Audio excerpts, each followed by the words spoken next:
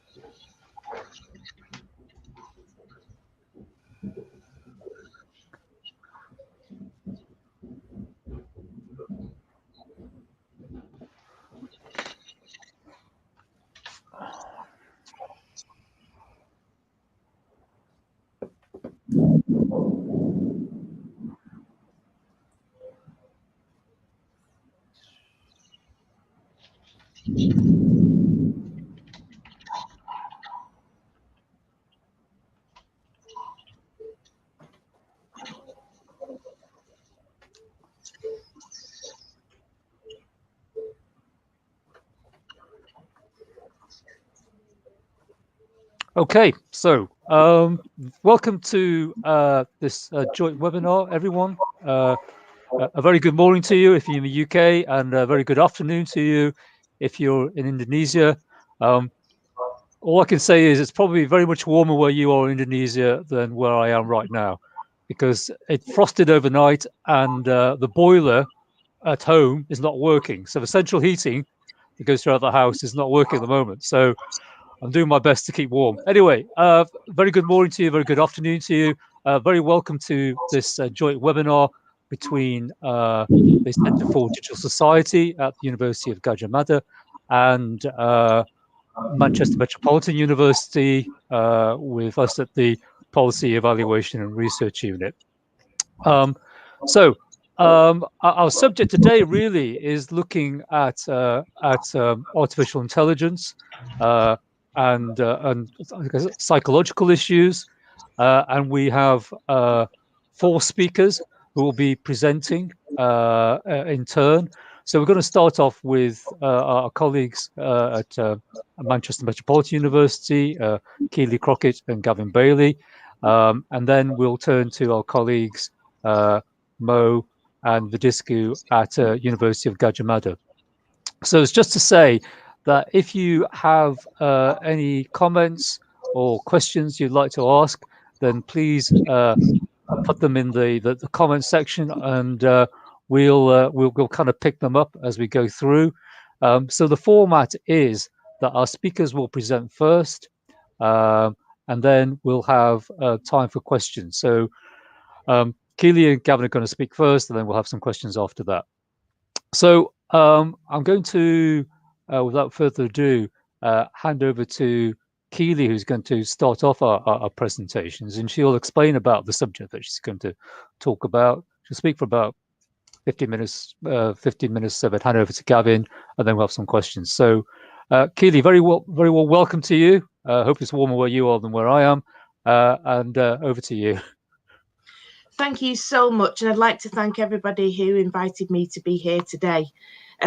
Fortunately, I have quite a lot of slides, so some of them I may go through quite quickly, but of course I can make a PDF available if anybody would like it at the end. So I'm going to talk about psychological profiling with artificial intelligence, and I'm going to go through 2 particular case studies. And what we're going to look at is what is psychological profiling and how we can use different types of AI to actually detect a number of states. One of those is deception. And I'll show you a little case study of how this was integrated into a research project called which was about border control. And I'm also going to show you how the same technology can be used to model comprehension in people.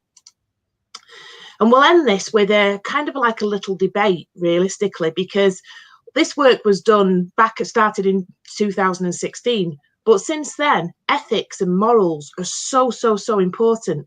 So you could question, perhaps, we've got this technology, but should actually we be using it in this way? So first of all, then, psychological profile and what is it?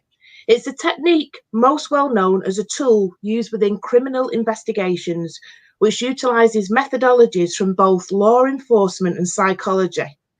What we're trying to do here is analyze non-verbal expressions, micro gestures of a person, possibly from an interview state, to detect their mental state. And it's actually quite complicated.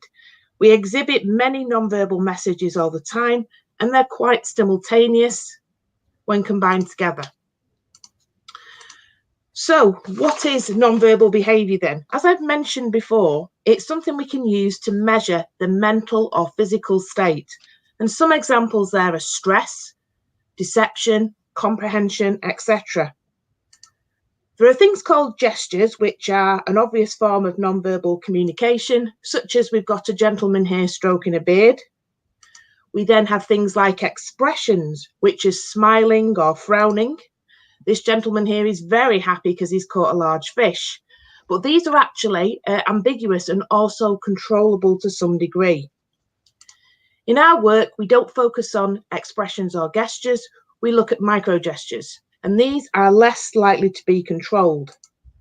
These are small, fleeting gestures, such as eye movements, the eye looking up, down, left or right, and they're very hard to control on an individual level. So behavior is modeled through multiple channels. So what about lying? This was the first thing we actually looked at quite a long time ago. The psychological research on behavioral cues to deception is very long standing. Psychologists have been working on deception for years and years. Deceptive behavior is cognitively more demanding than telling the truth, since liars are often required to invent a story and must monitor the construction of the story in order to maintain consistency with what the observer knows or might know in further investigations. Would you believe, for example, that we normally get lied to between 10 and 2,000 times a day? Pamela Mayer, author of Lie Spotting, does lots of research in this area, and actually lying is more common than we actually think.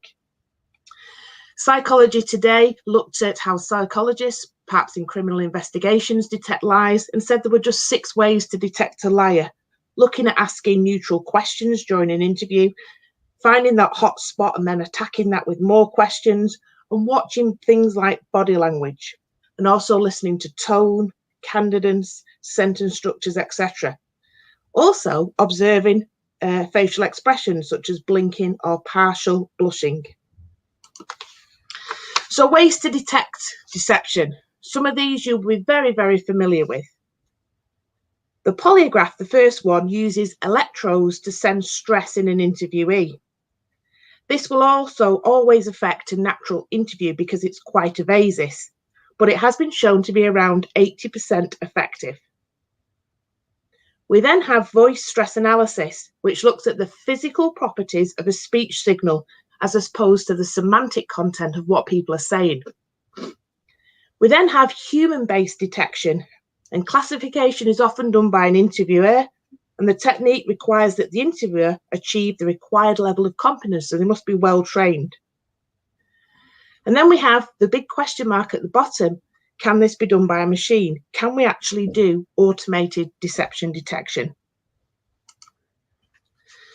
So I'm not going to spend much time talking about the system we developed. It was known as Silent Talker, and it tried to address the criticisms of the psychological community that there were no meaningful single non-verbal indicators of deception.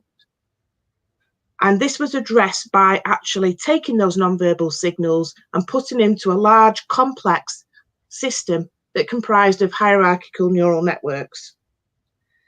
The idea here is that what we have is Silent Talker can be used to record or capture data from an interview. It can be live. It finds through a series of these complex interrelated neural networks facial object locators such as the eye. It finds out what the eye is doing over a particular time slot. So, for example, looking left or looking right. It groups that behavior over a particular time slot and then comes up with a classification. So how does it work? Well, essentially, it has an underlying conceptual model that says that certain factors will influence non-verbal behavior during deception. These models are based upon stress, which we've seen is measured by other lie detectors, the cognitive load that an individual can manage. So, for example, George Miller did a lot of research into what can be held in short-term memory and found that it was 7 plus or minus 2 chunks of information at a time. So this is what potentially you can control. We also have behavior control as well. So this is when the liar appears like a truth teller by controlling behaviors that they have learned others pay attention to. So their movements may appear planned. And a couple of these particularly is arousal, which is guilty knowledge, anxiety about being caught while doing the lie, and also duping delights. So the answer is, can you train silent talker to reproduce? Or can you train silent talker to be understood by humans? That's a very important question in terms of explainability of AI. What we tried to do is take the final classifier in our system and replace with a decision tree, something that has a set of rules that's quite transparent. Yes, you can understand how it does it, but it is so huge that the complexity of the tree would take quite a lot and expertise in the field to understand it. So in terms of case studies, the first one then was this project called Eye Border Control. I must stress at this moment in time that this is a research project from a call by the Horizon 2020 programme in the EU. The aim was to provide a solution in a two-stage procedure with the aim to speed up land border crossings at Schengen borders in Europe, but at the same time enhance security by utilising new technologies. This slide here just provides an idea of some of the technologies that were involved. There was a number of different analytical systems. There was things that analysed document authenticity tools. There was face matching, hidden human detection tools. And to access this system, travellers were given the option, again, in a research scenario, not in real life, to actually register for travel in advance. Data was collected through a number of systems, and then finally the border guard would see this information when they arrived at the border. The part we're talking about here is ADS, Automated Deception Detection System. Now this slide, because I don't have a lot of time, just shows the journey of the traveller from when they decide to go on a trip. They would do some pre-registration. They would collect a variety of information such as their passport details, etc. Very similar if you're actually going to the United States and you have an ESTA. But what was different was you would have a 1.5 minute interview with a border avatar. And this would ask you a number of questions, and that data then was used to develop a risk score of how truthful you were. So we did quite a lot of experiments. We did a lot of lab-based experiments, first of all. And I think what's really important here just to say is that this is absolutely critical in these experiments because you have to decide on ground truth. So we had people playing the role of a truthful scenario where they use their true identities. And we also had a number of fake identities, which you can see here. Now, I just want to highlight this thing about data. First of all, this experiment, the first one we ever did really early on, okay, had, oh, sorry, my apologies. Let's go back. Had 32 people take part from a mixture of different genders and backgrounds. The backgrounds were picked based upon the user groups of the project, which were Hungarians, Latvia, Poland, and Greece. We then analysed, using Silent Talker, the data from a number of different videos, and this gave us around about 86,000 vectors, all putting the information from Silent Talker into 1 second time slots and labelled based upon the experimental scenario. Now, I put this slide in because I'm going to do this now. Watch this. Cross-validation. Most of you have probably heard about this. It's quite good for small data sets.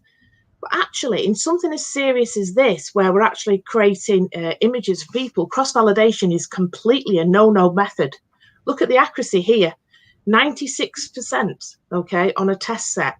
But cross-validation would randomize all those 86,000 vectors. A true measure is actually taking people that the system has not seen before. And this initial work that we published was coming around about, as you can see here, 75, 73% accuracy. So this was on people from different backgrounds, different genders, who it had not seen before. But let me stress, it is a very small underrepresentative sample. We also have done quite a lot of work since then, and just one thing I'll highlight with you is people often ask about bias, which we're going to touch on in a bit. Is there a difference between non-verbal cues to deception by males and females? We found that when we did 2 separate data sets, over 100 different people, we found, yes, the cues exhibited for lying were similar, but they were actually different, okay? And this is really important because training a male classifier on males and then gives a better accuracy on males and vice versa on females, okay? So this is quite important. As I put there at the bottom, this is just the start of a journey and there's much more work to be done. I'll just touch on this one very briefly. So think about the same technology, analysing non-verbal behaviour and then trying to monitor the comprehension, the understanding of a person. So we developed a system called Fathom, and the idea was, can you detect low comprehension of a person going through a mock medical informed consent process? And how do we do it? We do it in the same non-evasive way by using cameras and an interviewer as they're going through a series of tasks. So again, we're just analysing facial non-verbal behaviour. Bit of context very quickly. This was a project with Family Health International 360 and the National Institute for Medical Research in Tanzania. And it was designed to tackle some of the issues surrounding a global AIDS epidemic. So we got medical experts to design an experiment. So experimental design is critical to establish ground truth. How do we teach a machine to understand cues for comprehension and non-comprehension? And I think it's really important here to stress that this particular task here was actually done by medical experts. They decided based upon knowledge in the field. So just a couple of highlights from this work before we hit the ethics, because I am conscious of time. The first one is, could the system's comprehension classifier reliably distinguish between easy and hard learning tasks? So the aim here was to see, okay, test a hypothesis where task A was considered to be easy to understand, so high human comprehension levels were predicted, and on the other hand, task B was considered to be hard to understand, so low comprehension was predicted. And these are the results we actually got. This data set size here was around about 241,000, and it was done across 80 different women who participated in the study, who'd never done any mock informed consent trials before. We also have a next question which we asked, and this was based upon if we can actually classify and distinguish the cues between high and low comprehension, can we do it within easy and hard tasks? So, for example, medical experts designed a task that was easy, or they perceived the people would find easy, when actually in that easy task there was a range of comprehension levels. So one of the questions is, why are you doing this? What's the purpose? Well, if we can monitor track comprehension, we can provide intervention. Intervention here was kind of like saying, okay, this person doesn't understand this. Can you explain it in a different way?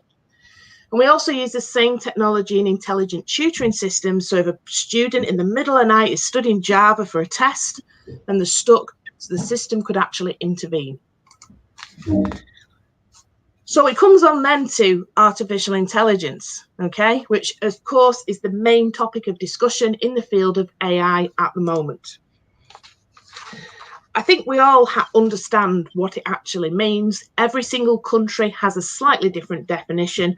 but it's all about values, principles, and techniques that employ widely accepted standards to guide moral conduct, right? So we all know what it is, but we all may have slightly different morals. So the UK have just gone quite big on this. They published a national strategy in January 2021. And the idea is, the main message is that the UK can only feel the full benefits of AI in all parts of society if people have confidence in the science and in governance and regulation. And that is really key. Now, this report is really interesting because it has a number of recommendations that I'm working in. One is skills and diversity. I believe that diversity and inclusion is critical, particularly in explainable AI, when anybody, regardless of educational attainment, has the right to understand the system that may be making decisions about them in their everyday life. And another highlight of this is the fact that we need some kind of good data infrastructure, and we need to build public trust. So I was on a call yesterday, actually, in another one of these AI debates, and someone made exactly the same point. Across the world, we have many guidelines, many toolkits. They're all about technologies and organizational processes and how humans should have human-centered design in these systems. They're usually focused on corporate or large organizations and not small businesses. And a lot of them currently have no mechanism for accountability and compliance. So who is responsible? So this is the problem. We have a lot of these things. The legislation is not there yet. And secondly, we need to get the public involved in order to make them understand and appreciate what's going on. But also, it's our responsibility work in the field to try and help and support them and provide the skills necessary so they understand what's going on. So on this slide here is, I looked at around about 30 of these, and these are the standard kind of principles, okay, that come up. Now, again, I'm not going to read this slide, but you can see in some of the highlights here that most people say that AI should not be used to harm or kill humans and respect human rights, which is really important. But there's a wide variety on there. And what's really interesting is only the UK one has something about sustainability. So that's something interesting to point out. So in terms of being in Europe, we've got the GDPR. When this came in May 2018, it was a very strong article. And this concerned any kind of automated processing, including profiling of individuals. So this is when you have an AI system making some kind of automated decision. So a person goes online, applies for a bank loan, and they get rejected straight away. Why? This may have a massive effect on their lives. So this article was designed to safeguard in this situation. But what's really interesting, now think about this with businesses. It means that individuals have the right to know how the machine-based decision has been reached, and companies should disclose the logic. And this is a great one, a great extension of the article, that the data controller should use appropriate mathematical and statistical procedures for profiling, and data should be accurate. Now, we can take that as quite very hard to define in some cases. What is fully accurate data? So given time, I'm just going to skip through this because I need to hand over to Gavin. But from a technical point of view, there's lots of different issues here for companies, particularly when this law comes in. How do you protect your algorithms and your IP and your intellectual property rights? So from the other side, there's these questions, but they need answering. We also have the fact that when AI uses personal data, and it uses special characteristic data, as shown on this particular slide here, there is lots of things here, and we must make sure that we do not discriminate in any of these particular areas. We also have to balance the risk of false positives and negatives between the individual risks to a person and also the societal risks as a whole. Because as we say, humans are not perfect in making decisions either. They have their own biases, be them cultural, organizational, or unconscious. Now, I'm going to hand over to Gavin now. I'm hoping he can speak. Yep, I'm here. For the first of a number of slides. Yeah, go on from this one, because it's the next one that I'm going to start with, really, I think. If we just click. But really what I'm kind of... I'm going to stop sharing my screen for a moment, just so we can hear Gavin. Oh, can you not? Oh, yeah, we can hear Gavin, actually, Keeley. It's okay. So if you put the slide back on again. But Gavin, just to say that we're running a little bit late, but if you can kind of keep it to 5 minutes, and we'll move to questions at 9 o'clock. Yeah. In 5 minutes. That's fine. I wonder whether it might be easier if I share mine. Yeah, can you do that, Gavin? I just think we're going to lose the audio. Hold on. Let me see if I can share.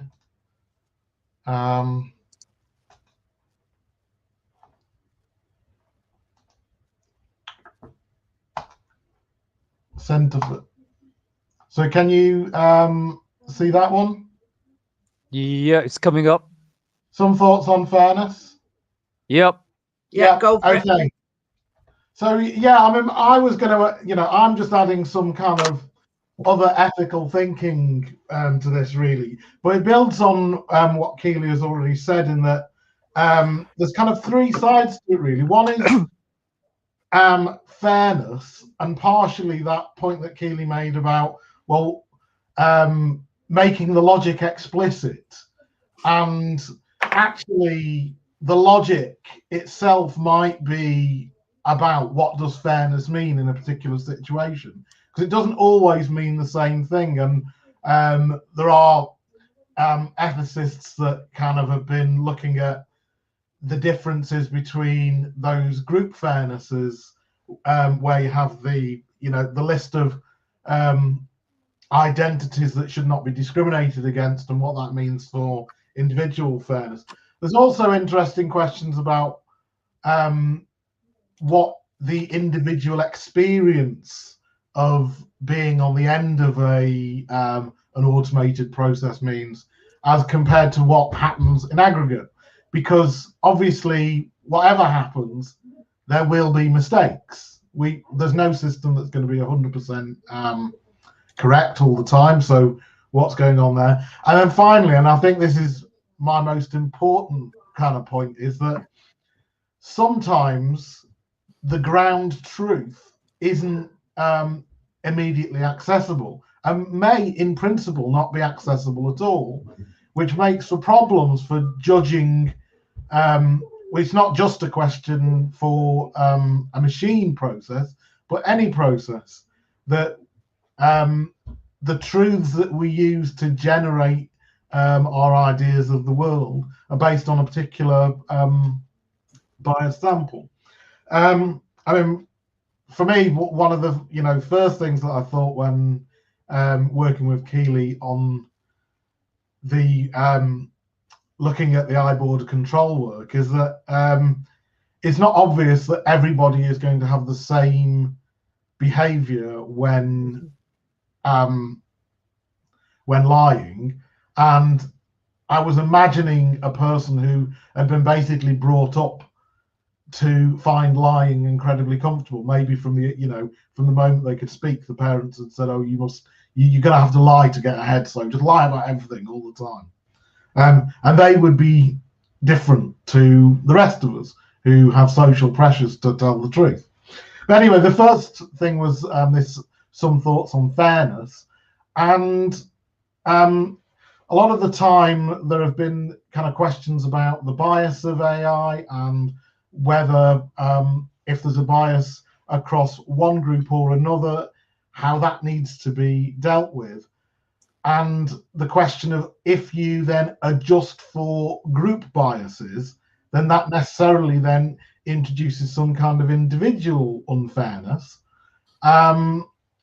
based on the fact that you've skewed the way that the machine works in order to make it so that it gives equal outcomes to men and women, let's say. But in doing so, you end up with the some men getting a worse outcome than they would do given all things equal with a particular woman. And Bin's article from 2020 is really good on this, in demonstrating that they're not actually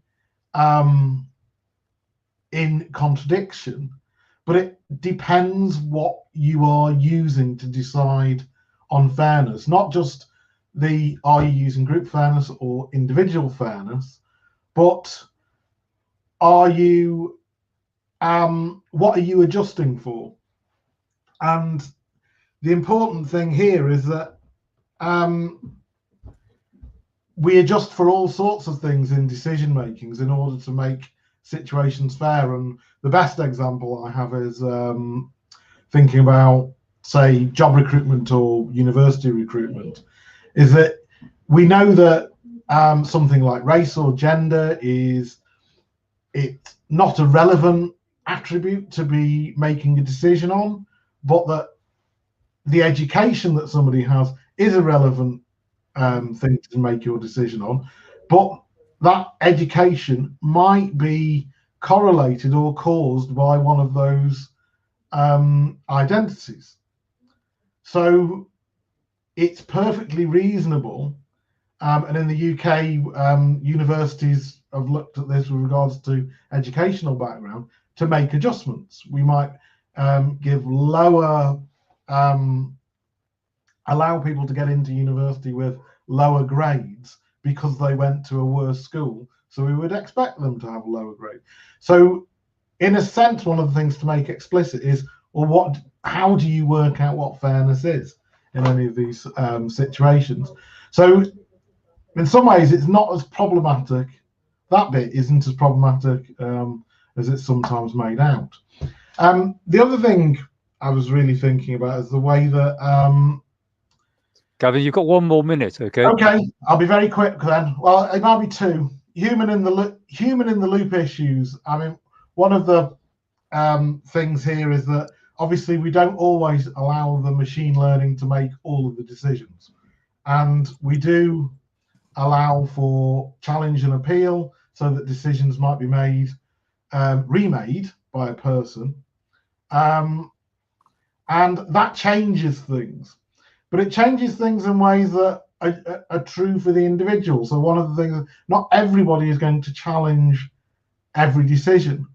Therefore, the kind of the benefits and costs of these things might be adjusted by humans in the loop, but it doesn't completely change the fact that some individuals will get the wrong decision and they may not even challenge it, which basically brings me to my last point, which is about the fact that in these instances, and I think one of the things about machine learning is that it is kind of predicated on ground truth being knowable, that we are able to know who is lying and who isn't lying in the end, or we are able to know whose face that photograph is of.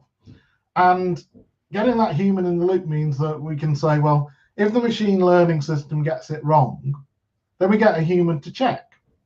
And given enough time, if you gave me a photograph of any of the people in this room, and even if it was a really rubbish photograph, maybe if I sat there for long enough, I'd be able to say, oh, yeah, that's definitely Kevin. But that's not always the case for some of the things that we're trying to make decisions on. So going back to that example of job applications or university applications, the relevant ground truth is, would the applicant do well if we gave them that place to do a degree here? But we can never find that out, because if we don't give them the place, then we don't know what would have happened if they had come. The counterfactual can't be known. But what we can do in some circumstances is we can say, okay, we will take that person and we'll look at how well they did in another university or another job. We can use that counterfactual data to adjust our data. But this is where the really difficult stuff comes, is where ground truth, I think, is unknowable in principle, in that the lie detector is designed to catch people who are passing on untruths. But some people will be able to pass be able to tell an untruth and get away with it. and their data never goes into the system because they're successful liars. And what you really need is for them to come back 6 months later and say, by the way, I went through your system, I was arrested, and you did the polygraph on me, and you found, I said that I didn't do it, and you let me off. Well, actually, in order for your data to be correct, in order for your machine to learn from the fact that it missed me, I'm coming and I'm confessing that I actually did that. I was lying that time. And the thing is, that never happens. So I'm going to stop there because Kevin's telling me to stop. Thanks, Gavin. Anyway, thanks so much, Keeley and Gavin. A lot of really interesting information there packed into a small amount of time. So we've got a couple of questions that I'll kind of pose to both Keeley and Gavin in this instance. So the first comes from Putri at UGM, and they're asking, I've read an article about tracking facial recognitions to determine emotions. How does the AI researcher justify that certain facial muscle movements define specific emotions? So I think that's probably one for you, Keeley. Thank you very much for a really great question. I just want to let you know that a gentleman called Ekman has done a lot of work in this area of emotions. It's quite a well-researched field, so we don't look at that. We just look at these micro gestures. But first of all, if you go back to the techniques, what would happen normally if there was a human there, and this is going back years now, what they would do is they'd interview somebody and record it. Then you'd get a number of psychologists who would watch their small facial movements, look at the muscle movements themselves, and hand record what they thought the person was doing at that particular point in time or answer to a question. So they'd say, based upon their movements, which, believe it or not, are all to do with eye interaction, gaze, and any kind of facial movement. And what they would do is they'd then come to a consensus between those psychologists to say whether this person was deceptive or not. So what we tried to do was we say, okay, if we take micro measurements, so we're not looking at face recognition at all, we're looking at measurements of the left eye moving a certain degree, the eyelid moving, the right eye looking up, down, left, right, portions of the cheek, and things like that, and movement. So we're not looking at anything other than movement, okay, within our system. And what we would do is we try and learn patterns. So we published a journal just in, December 2020, where we did a much more extensive study on this. And we could actually say, yes, there's a whole bunch of psychological journals that say these are the specific movements of the eyes, etc., that lead to deception. But because I'm completely, open and honest, there is some psychologists that say it's not possible to do, but there's also a group that say it is. And the automation process aligns with what they found. So I think that possibly answers that question. Great. Thanks for that, Keeley. So there's a sort of follow-up question to that, but I'm going to go to Gavin first, actually, because there's a question here from, I think, Dia, one for Gavin from UI. Yeah. Before I answer that, I'll add to Keeley's thing. In a sense, when I said, bringing somebody up to lie as a way of being, does draw attention to the fact that it's possible that everybody's kind of physiology, the kind of the mapping between mind and brain or mind and body is different for everybody, and there are kind of cultural factors, that presumably cultural and biological factors, that make it look the way that it does, but we can't be sure that it's always the same. But given that we're all part of one species, the likelihood, in my mind, it's likely that has at least going to make some kind of uniformity as compared to any other creature. On that second question, I mean, the adjusted individual fairness is kind of what I said about the university admissions, that if you are recruiting for a job or you have university admissions and let's say that it's male and female groups are the ones that you're interested in with regards to fairness, then there are different ways of doing it, but you could say, well, it doesn't matter how many applicants we get who are male and how many are female, we'll try and recruit so we get half of each.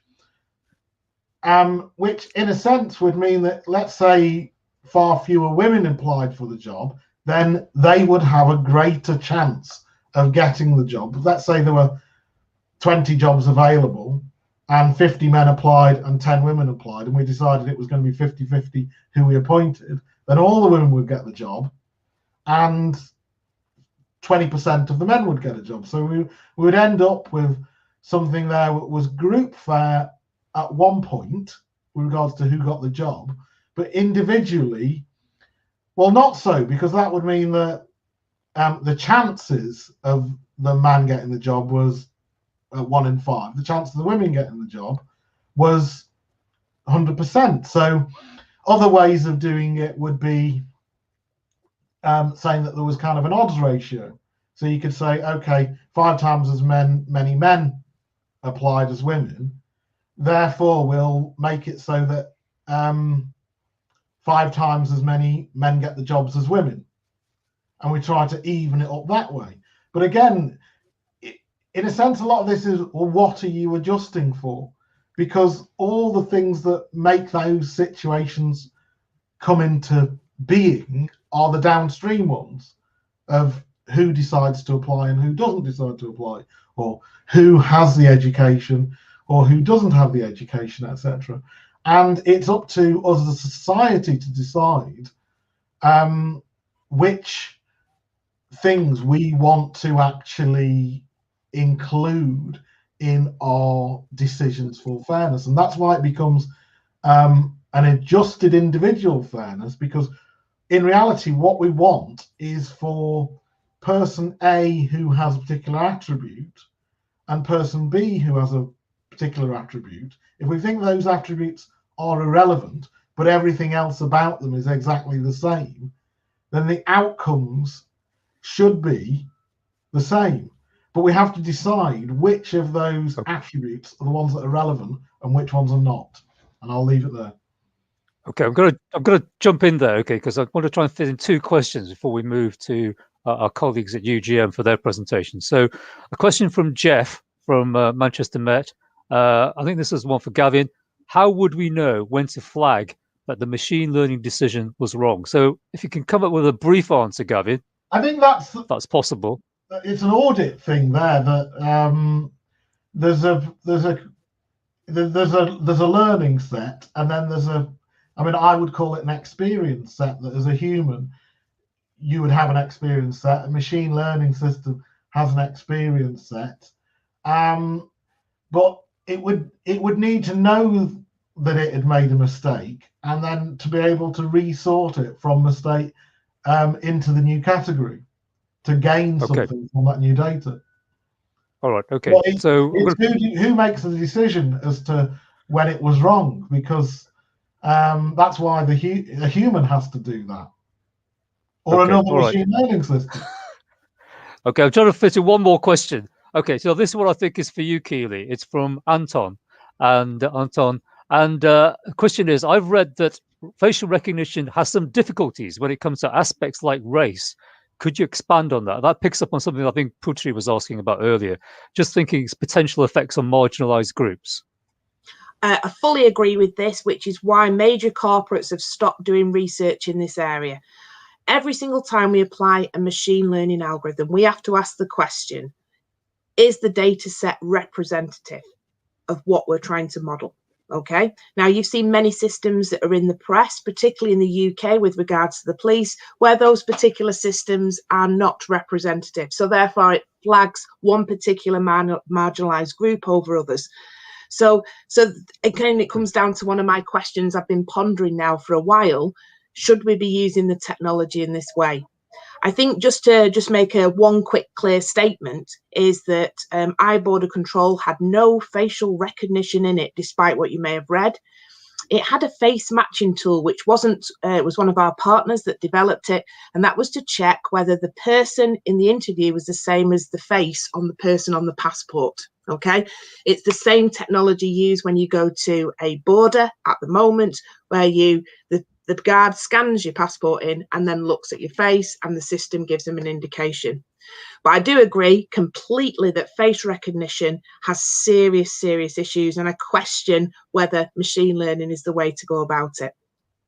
Okay. There's a very quick addition to that, though. The history of cinema and photography. Everybody, people have written about the technology of the chemicals used that were kind of optimized historically for white faces. So in a sense, it's not a new issue. Okay. All right. Okay. Thanks for that final point, Gavin. Okay. So if we move on, and it's time for our colleagues at UGM to present. And I think we're going to Mo first, I think. So if I hand over to you, Mo, and if you can perhaps introduce your topic. And again, we'll try and, I'll try and maintain time. I'm not doing very well so far, but we'll try and maintain time. So again, presentation from both yourself and Vidiskiu, and then we'll go to questions. Okay, thanks. Okay, thank you very much. And also thank you for inviting me. So let me share first my presentation here.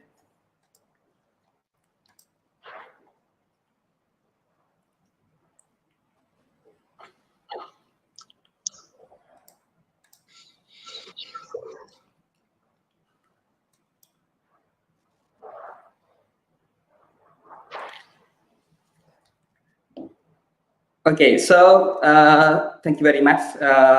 My name is Wibowo, but you can call me Mo. For those who have known that I'm actually working at the Department of Computer Science and Electronics in Universitas Gadjah Mada.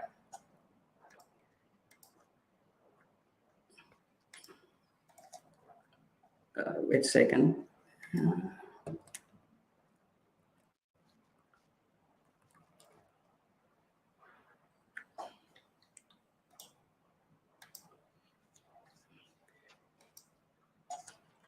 Yeah. Okay, so this is the outline of my presentations. It consists of 4 parts. The first part, we will be looking at some research and issues of AI related to psychology. And at the second part, I'm going to discuss how AI generally works. And this will be broken down into the third and the fourth parts, which are the training stage of AI and also the inference stage of AI. Okay, so in my literature review, I found a number of directions in the research of AI in relation with the psychology. So most of the research, the first direction of the research is mostly on the facial expression recognitions. And most of the work in this area has focused on how to improve the accuracy of the AI systems. So like the research conducted by Zhang et al., they investigated the use of various features like the texture features and also geometric features like the facial animation parameters. And they try to improve the accuracy by investigating the combination of those various features. There are also research that attempted to recognize like micro expressions, which can be defined like as subtle expressions that appear in very short time. And yeah, in the work conducted by Kumar et al., they try to magnify the motions of the facial parts so that the expression become more apparent both for human and also for machine. Another direction of the research is about the detection of viewer interest and also the detection of the viewer attentions, and this has been done by Chakraborty et al. 2018, where they use facial expressions and also hardware to detect the level of viewer interest. And while Wong et al. also use eye tracking to detect the level of viewer attentions. And the third directions of the research that I found is about the detections of more deeper aspect of the psychological, the deeper aspect of human psychology. And some of the example of the research is the the estimation of cognitive load based on pupillary response, and also the detection of mental health disorder based on facial image. And this is conducted by Kurniawan, also known as Vidiskiu, who is actually a speaker in our seminar today. And also, the estimation of stress level and also the driver fatigue and drowsiness have become a very interesting topic, because the successful detection of this mental state would mean a lot, to help people avoid, getting into accident or some other incidents. Yeah, and the fourth direction of the research is, about the development of systems that are aware to the emotions of the users. And this is conducted, for example, by Heights et al. That develop mobile apps that provide music to regulate the user emotion. And for example, when users like in a sad state, then the application will provide them with with music with a happy mood. And also the development of learning environments for graphic design students, and this environment has been designed to be aware of the emotions of the students so that they can achieve improve outcome at the end of the learning. Yeah, so those are the different research on AI that might be related to psychology, and this is just to give us a general idea how AI has been connected to psychology in different scenarios. Okay, so yeah, AI and psychology are actually two different things, but then both of them have recently been connected to each other due to the interesting applications. And most of the AI model that are currently developed is for the prediction of psychological profile. And yeah, for example, to detect like the person anxiety level, the person stress level, to detect like person emotions, to detect even like the person age, also maybe like the sexuality. Yeah, and a lot of model have been developed to predict such psychological profile. But then there is one thing that we have to note, that actually psychological profile is believed to be part of privacy. So many people say that they would not voluntarily reveal or voluntarily expose their psychological profile, and let alone they would not allow their psychological profile to be predicted, or even to be predicted by AI systems. So yeah, AI has the capability to process a large amount of data quickly that may reveal sensitive informations which humans are not able to reveal. But again, yeah, this is something that people do not want. So yeah, the right for the privacy is actually considered to be more important.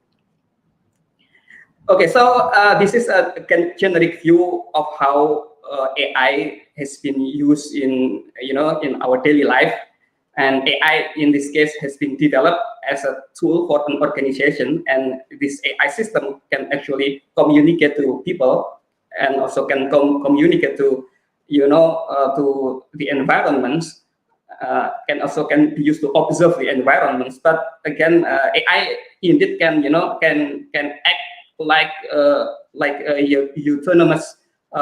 autonomous agent. But actually behind this AI system, there is the organization that actually manage and also that actually run the AI system, and also and should be responsible for the system. Yeah, and here's the a detailed view about how AI systems work, and in particular there are two stages of the process in AI. The first one is the training stage of AI, and the second one is the inference stage of AI. And during the training stage, the AI engineer will try to teach a machine, in this case, by providing examples for various concepts that they want to introduce to the machine. So the AI engineer normally collects data like in the form of image, in the form of video, or in the form of audio, or also text, and collect a lot of data, and then give that to the machine to learn. And the second stage is the inference stage. This is when the machine will finally use the knowledge that they have learned to make decision, to make a prediction, to make like an analysis of the data. So this is the step that are involved in the training stage of AI. So the first step is data collection, and the second step is data preparation or annotation or labeling, and then the next step is the data processing, extracting features or extracting useful information from the data, and then the next step is the construction of the AI models, on the training of the AI models. So let us talk a little bit about each of the steps here, and we might want to highlight some of interesting issue within each of the steps. Yeah, so data collection can be done in various way. Like the AI engineer might want to invite people to participate. They also are able to apply to the government to get some permission to to install equipments in some particular site to collect data through the surveillance. Also, AI engineer can also collect data from the internet, like browsing and exploring the internet, and then they collect data from this digital world. But then there are issues that they have to consider, that then also they have to anticipate, like when they invite people, they have to like complete ethical clearance, they have to provide notice and also consent. They have to provide sufficient notice so that the participants are able to make an informed consent. There's also term and condition. And for the surveillance, the system has to be compliance to the existing law in the country. And for collecting data from the internet, the AI engineer also has to consider about the copyright issue.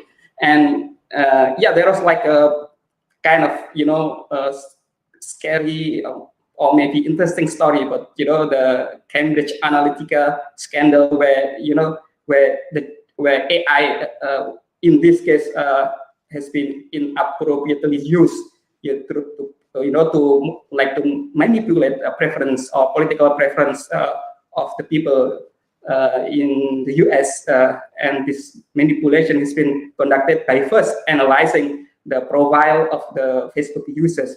So so that's a issue that we have to consider as for me, like as an AI engineer.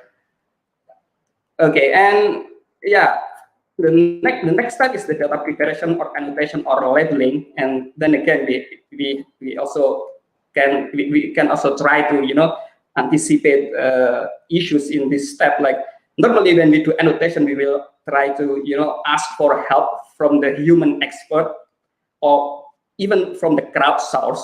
So that's why, although this expert or this crowdsource has the authorization to inspect or to annotate the data, but then again, anonymity sometimes is still important. Like it is shown here when we inspect this surveillance recording, we don't want, if we are the person in the in the video, we don't want our identity to get exposed, even to the human expert that inspecting and the video. And for the feature extraction, I think the feature that are extracted by the machine should ideally be anonymous, although to provide personalized services to users, AI systems will keep the identities of the users themselves. Okay, so that's for the training stage of AI, and then next is the inference stage of AI. So the process is quite similar. So that there will be data capture, there will be data recording, and then data processing, like extracting features from the video.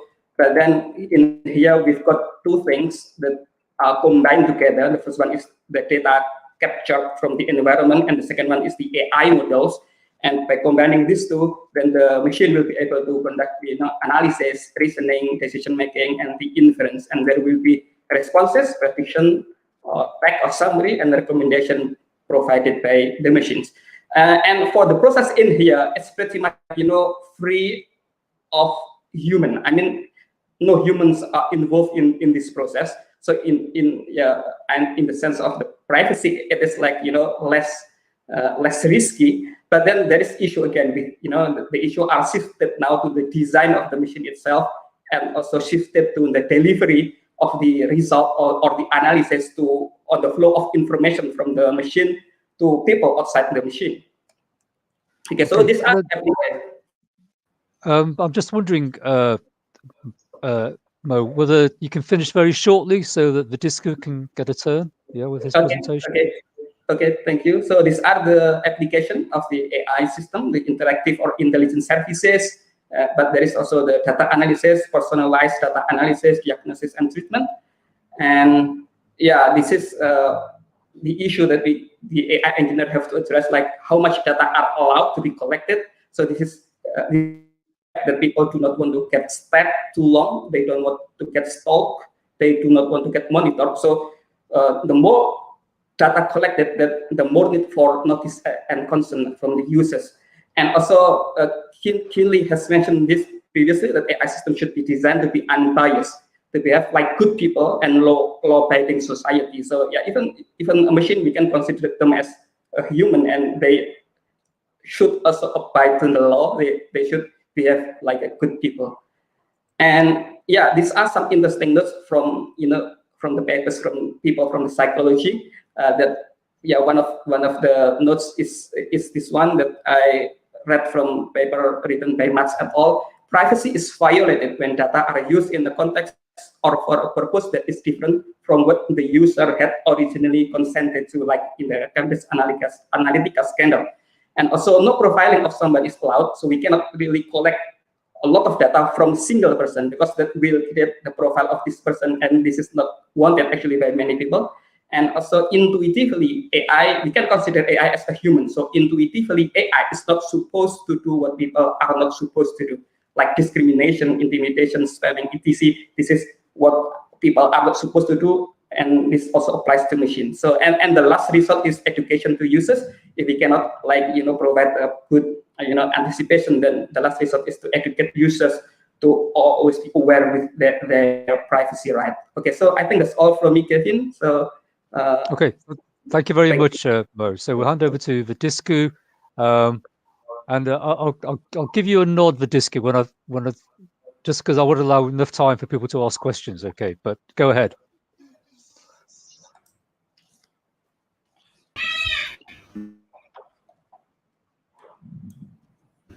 Okay, thank you very much for your time. So this is just brief. I think a lot of things have been explained by the experts before, and I will just like to share my experience in creating some of research in the field of AI that's related to the field of psychology. So my research name is actually mental health disorder detection on facial image using convolutional neural network. That sounds really complicated, but I'll try to explain it in a very simple term. Basically, what I understand is that usually people, when they have their concerns and also mental disorder, especially in Indonesia, people will try to hide it, and that's why they do not consult with experts, and that causes I think that is a lot of concern in Indonesia, basically. So we see here the case of depressive disorder from 2017 from WHO, and also the record from Indonesia. So there are a lot of stigmatization towards mental illness, and this actually causes people to even not want to disclose their mental health disorder to public. And the foundation of my research is actually several research done by predecessors, which includes first maybe finding the symptoms from static non-expressive facial images, and then also using other methods to investigate the same problem, as well as a survey done in the field of psychology to actually see whether human can actually perceive mental health disorder just by looking at static image with natural expression. So this is not seeing video and so on and so forth, not the response, just seeing the image. So this is the scope of the research, which is using composite facial images, and also the expression should be neutral, and the subject in the dataset are Caucasian males due to the constraint of the dataset, and the mental disorder group are dimensionally reduced. Some concept to be used is actually convolutional neural network, which actually just think of it like it represents the visual cortex in human. And because of the limited data set, actually I use transfer learning. What does transfer learning means? It means like, for example, if you have an AI that is able to classify dogs and humans, and then you give it a picture of a cat, then it will somewhat think of the cat as a dog, because it does not know any concept of the concept of cats. So it only knows dogs and human, and then you give it a picture of a cat, then it will classify dogs. But this is a good start, because if I have a model that's able to identify humans or recognize facial emotions, then I can retrain it in a sense to make it more comprehensive and being able to categorize new things. So one of the problem in neural network is the black box problem. It means that most of the time it can perform well, but we don't really know why it performs well, because the computation is quite complex. So there are libraries to solve this, such as Lime Explainer, which is a library basically to try to explain what's the explanation and the decision, what kind of like give into the decision of these neural network models. So for example, in this case, if a doctor diagnose a patient, what is the symptom that can kind of like contribute to this particular diagnosis? So basically, this is the sample data set that I use, and this is a composite facial data set. To the left and to the right is two different categories, which shows the high and low symptom of mental disorder. For example, like there are three symptoms. There are three diagnoses actually: schizotypy, depression, as well as autism spectrum in a sense. And they are labeled as high and low. But here the dimensional is greatly reduced, and that's why it's a simple research. But through the model, we're trying to show, we're trying to find which feature in the human face actually kind of give away this kind of give away the symptoms of mental health disorders, such that we can try to infer diagnosis. But this is just inference, and of course, experts should be consulted. So the data set is from Professor Robert Ward from Bangor University. I had to request a dataset sample from his previous research that have been discussed before. And basically, what we're seeing here is what the models see in classifying whether someone has a mental disorder or not. When the dataset shows a high tendency of mental disorder, it tends to look to the middle, to the center part of human face. This is quite aligned with the triad that is described in the field of psychology, the eyes, the portion of the eye as well as the nose.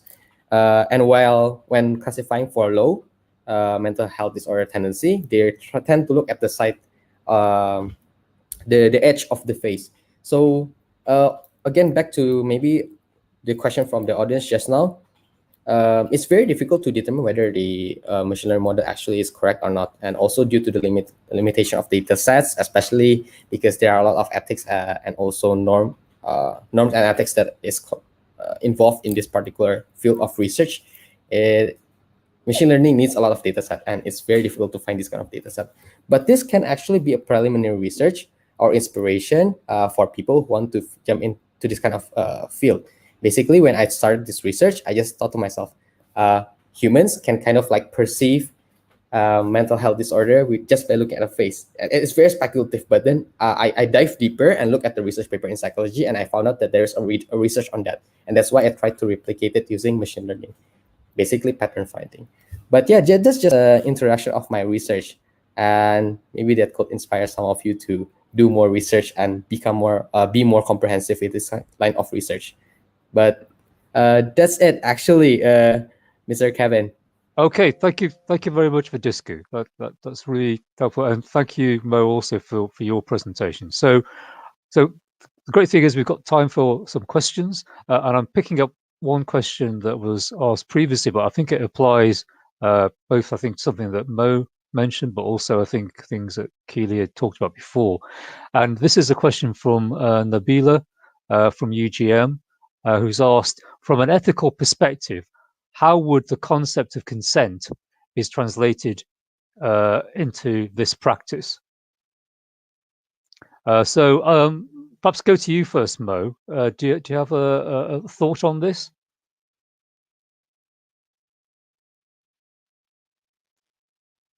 You need to put your microphone back on, Mo.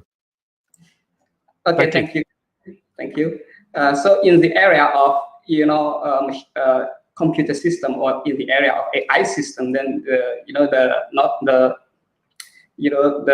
concept of consent is can be kind of complicated, in the area of computer system, because consent cannot be directly translated into license agreement, simply, because the people have been observed,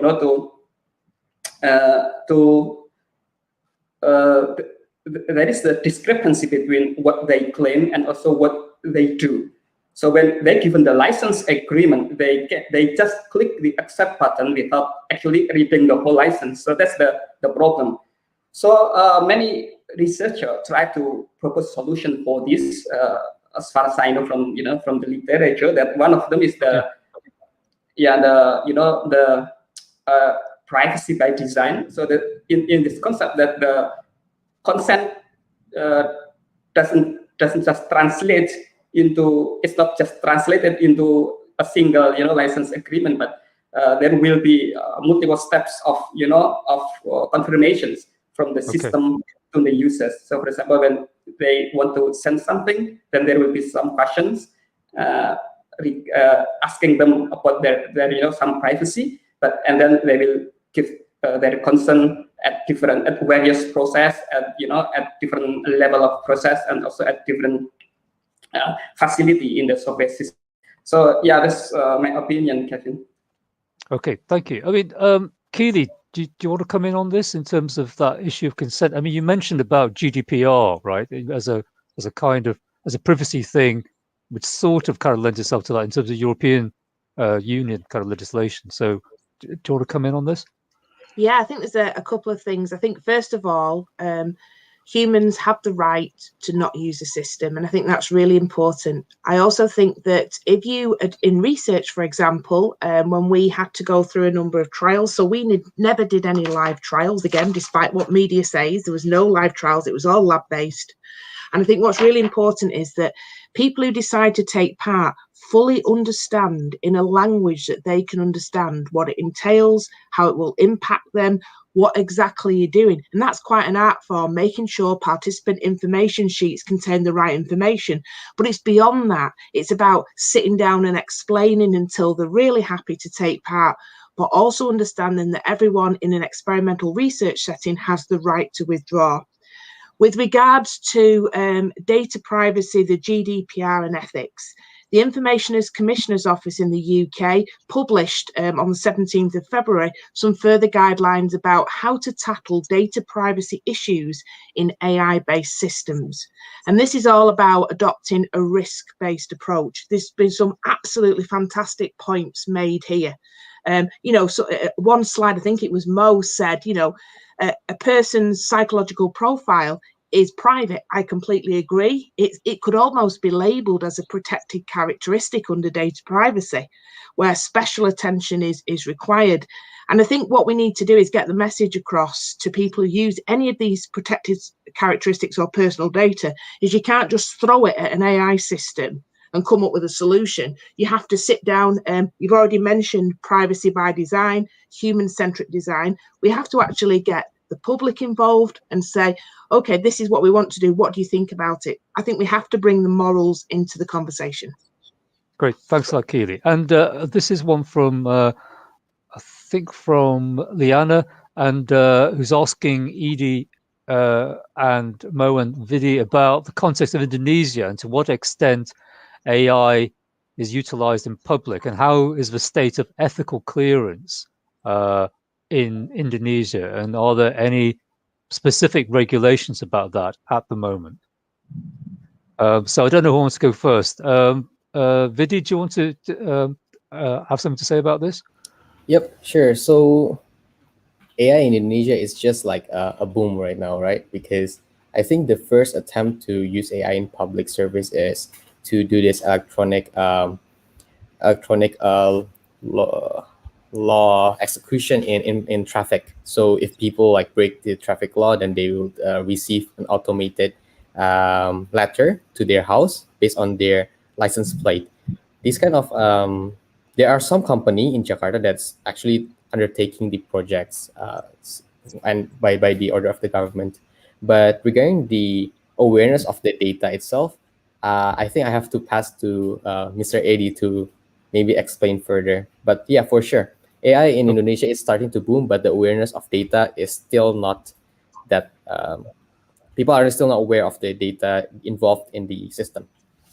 Okay, thank you. Back over to you then, Mo. Okay, thank you. So yeah, my opinion is pretty much similar to Vidis. Like, I haven't really observed like a massive use of AI in the public area. I can only mention one, like, like what Vidis has mentioned with the traffic.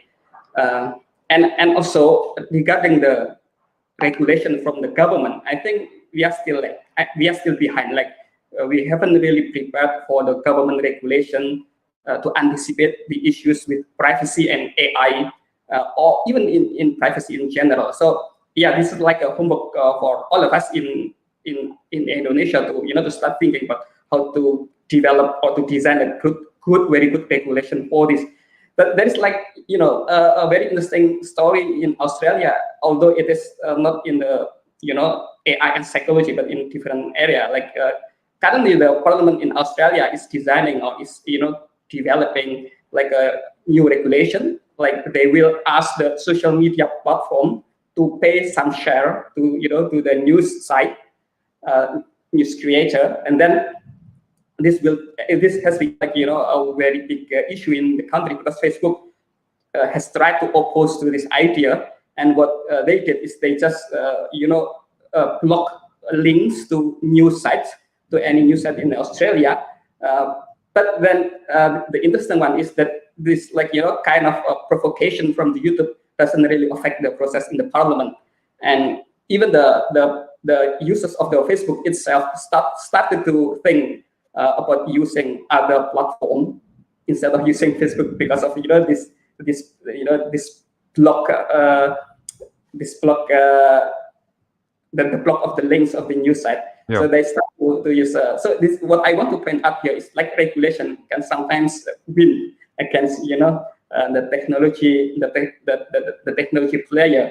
But yeah, this is like we have to follow this this story for more, whether it will be successful or not at the end. But yeah, that's interesting, I think. Okay, so we have a question from Anton, and his question, I think, is: I can see how this inference-based machine learning would work for concrete concepts like cats. Seems problematic for more abstract things such as mental health. And perhaps we go to Vidi first for a view on that, and maybe possibly hand over to Keeley also for thought on that. So Vidi first. All right. So yeah, from my understanding, actually, when we use CNN, it actually takes into account the features like such as lines and also colors in an image, and relating to mental health. Of course, there may be no cause and effect feature that can be used to diagnose this kind of mental health disorder, but what we rely on is actually correlation. And I think essentially machine learning relies a lot on correlation to predict things. So for example, if you have depression, then then therefore one of the symptoms of depression is actually insomnia. Then that's why you have eye bags below your eyes. That could be an indicator, or at least a correlation that can help in the prediction using the machine learning. But yeah, what we rely on is mostly the correlation and also chain of effects that are displayed through facial features. Okay, great. Okay, so perhaps over to Keeley for a thought on this, and also a follow-up question. Perhaps you might want to kind of think about, Keeley, which Anton's asked is: does everyone facially display human misery in the same way? It seems like a bit of a big question, but if you have any thoughts on that, Keeley? Okay, to take the second question, I've absolutely no idea. Wouldn't know, and it depends on I don't know. I'm not an expert in mental health states in terms of things like human misery, so I don't know. With regards to the other question, though, you know what? I fully agree. It is more difficult to get a inference-based machine learning model to work on abstract things, and the reason why I can illustrate this, right? So when you look at the psychologists who look at the facial expressions, for example, and micro gestures to say this is how we know that somebody is lying, right? How do you write that down? Is there a book that says these movements? No, there isn't, right? So what I'm trying to say is sometimes it's very hard for us to understand how psychologists do something.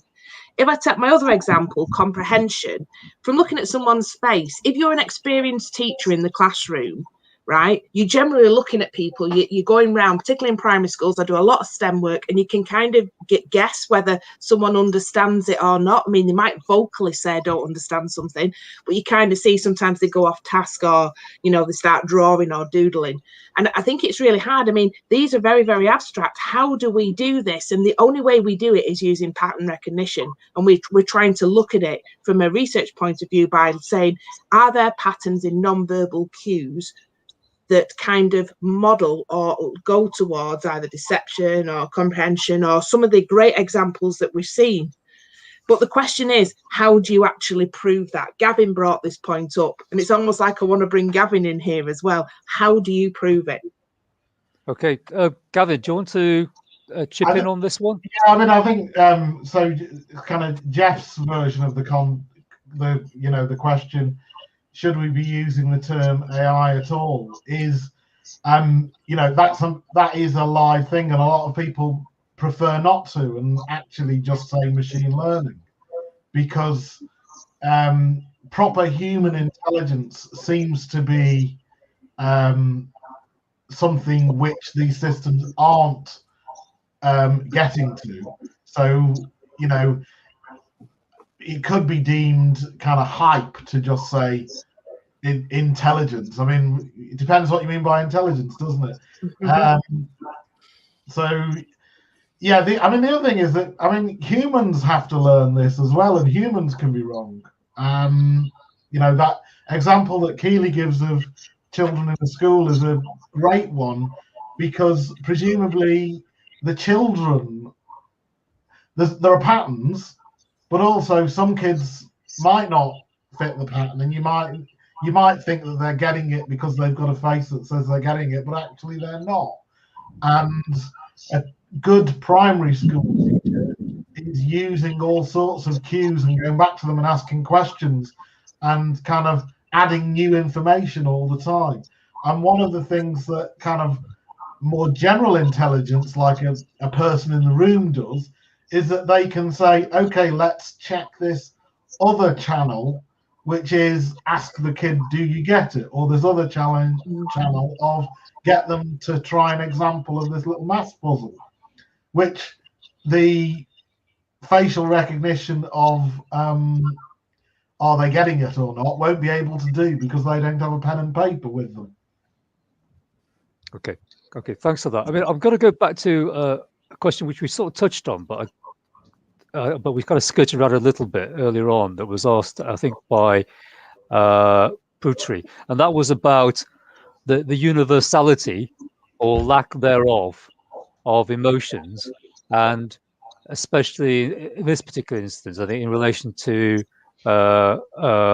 sometimes racial bias. And I just wonder, going back to that point about this notion of universality, whether our speakers have any thoughts on that. I don't know if anyone wants to kind of pitch in on that immediately.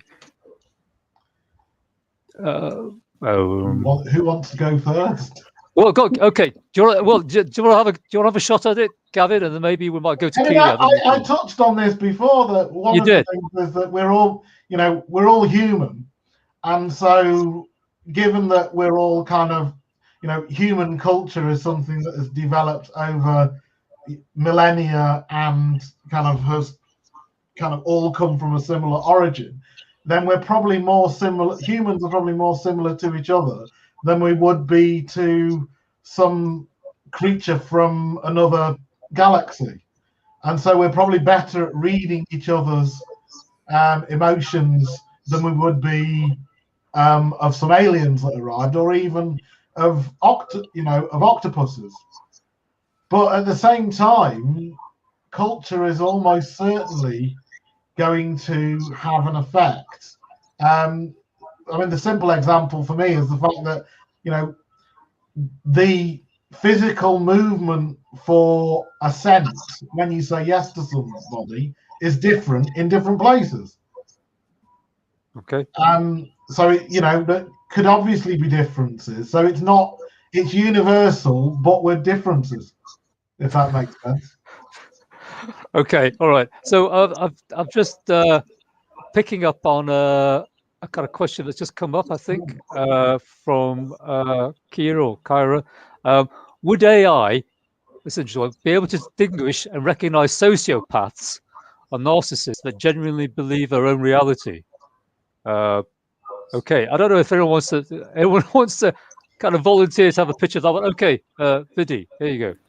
Right, this is an interesting question. So usually what I tend to do when executing a model is actually think back to the field that it belongs to. So in this case, the field of psychology, what are the symptoms of sociopath and narcissists? Are there any possibility of physical cues being manifested due to that particular mental health disorder that they have? If so, then it's possible. And again, it always depends on the data set that we have.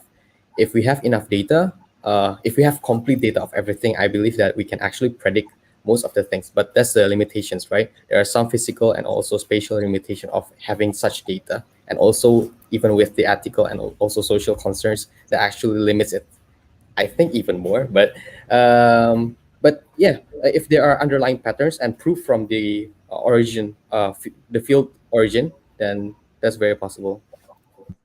Oh, okay, thanks for that. And anyone else want to pitch in on that at all? And I think if there's a global, if there was a high-profile politician who constantly was able to, I don't know. You think of anyone in particular, Gavin? An American, possibly? Trotting out things that other people were going, well, this is obviously not true, but that's the difficulty, isn't it? That if they genuinely believe their own reality, then to them it is the truth. So the question is, how could a system that was designed to look at the stress that's associated with telling a lie, how would that work if the person didn't even know that they were telling a lie? Okay. I don't think it works in those circumstances. Okay, all right. Anyone else want to kind of pitch in on that question, or anything else? Actually, in terms of, we've got a couple more minutes, so I'm kind of conscious of time. But anything else that any of our speakers want to kind of pitch in on, or just kind of comment on? I just want to say, with regards to that last point, that I do agree with Vidish, and I do agree with Gavin as well, because can you imagine, though, now, would you ever be able to get ethical consent to actually capture data from psychopaths, for example? Okay, so this is a big question. Without the data, we can't even go there. What we do know is from some of the papers that have been referenced today that Mo put on the screen and the work we've done, and Vidish, we do know machine learning is good at detecting patterns in data. So you need to have good representative data, human-centric design. Morally, is it the right thing to do? And if you get all those things together, then we can possibly find out. But I think that is a big, there's still a big risk there in doing that kind of work. Great. Okay. Thanks so much for that, Keeley. I think that's probably a good point to kind of stop or finish. As you sort of seem to sort of summed up, I think, some of the key issues quite neatly there, by the way, that we've kind of touched on in today in all the presentations. So just a couple of things to say. So apologies possibly to colleagues who may have joined us from the UK, from MMU. You might have been helpfully guided by me in an email that the webinar started at 9 o'clock UK time, and if you joined partway through, you'll kind of realize that we'd already been going for a while. Okay, so I am right in saying that I think that this webinar will be recorded. It has been recorded, and it'll be put onto, I think, the Centre for Digital Society YouTube channel afterwards. So I'm thinking that if you want to watch it later on, then you should be able to do that. So just to say, thanks very much to Ruth and colleagues at the Centre for Digital Society for hosting our event. Thank you to our speakers, Gavin, Vidi, Mo and Keeley for some really interesting and excellent presentations. Also, thanks to everyone for joining us and asking some really challenging and interesting questions. Just a couple of things I think you'll see on the chat from Ruth and colleagues at CfDS, which is I think for UGM colleagues anyway, is completing their forms or e-certificates, I think, after the discussion's over. So there we go. And just to say, I think that I guess, look forward to sort of meeting again, actually, when we do our next joint webinar between Ruth and the colleagues at Centre for Digital Society and ourselves at Manchester Metropolitan University. So to everyone who's attended today and all the speakers, thanks for your attention, and have a very good rest of the day. And we'll see you again soon in this forum. Okay. Thank you. Thank Thank you, everybody. Pleasure to meet you all, and I hope you stay in touch. Cheers. Yeah.